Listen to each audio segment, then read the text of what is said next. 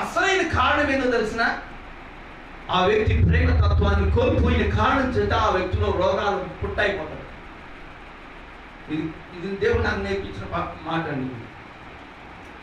మనలో చాలా వ్యాధులకు రోగాలకు కారణం ఏంటంటే ప్రేమ తత్వాన్ని మనం కలిగి లేని కారణం చేతనే ఈ వ్యాధులన్నీ మనం పట్టి పీడిస్తూ ఉన్నాయి.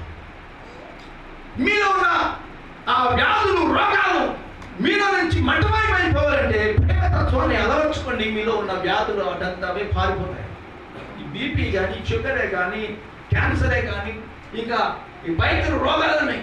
అంతరంగంలో కలిగినటువంటి ఈ రోగాలన్నిటికీ, కడుపులో పుండ్లే కానీ ఇంకేమైనా భయంకరమైన వ్యాధులు ఉన్నాయి, వాటన్నిటికీ కారణం ప్రేమ తత్వాన్ని మనిషి కలిగి లేని కారణం చేత అతనిలో హృదయంలో కుళ్ళు, కుచితము, కుట్రలు, అసూయ, ద్వేషం, పగ, కలహం, మత్సరం, నాగు, అక్రమం, అన్యాయం, అవినీతి, ఈ తగాదాలు, కొట్లాటలు, మత కలహాలు, తీవ్రవాదం, ఉగ్రవాదం, నక్సలైట్ కొట్లాటలు, ఈ యుద్ధాలు ఎన్నో ఉన్నాయండి.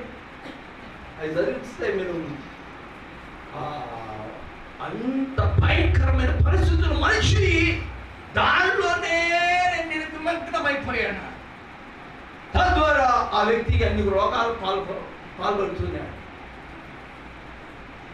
ఇప్పుడున్న సమాజంలో కానీ ప్రపంచంలో కానీ చూసినట్లయితే మనిషి ఎందుకు విపరీతమైన ఈ పరిస్థితులకు కారణం ఏంటి, ఎందుకు ఇటువంటి అవినీతి, అక్రమమైన ఈ కార్యక్రమాలకు ఎందుకు పాల్పడుతున్నాడు అంటే అతనిలో దేవునికి చోటు లేని కారణం చేత అని బైబిల్ చెబుతుంది. అర్థమవుతుందండి? ఏ మనిషిలో అయితే దేవునికి చోటు ఉండదో ఆ మనిషి భయంకరమైన విపత్కరమైన కార్యక్రమాలు చేయడానికి అతను పాల్పడతాడు. శరీర కార్యాలని గలతీ పత్రికలో రాసి ఉన్నాయి కదండి.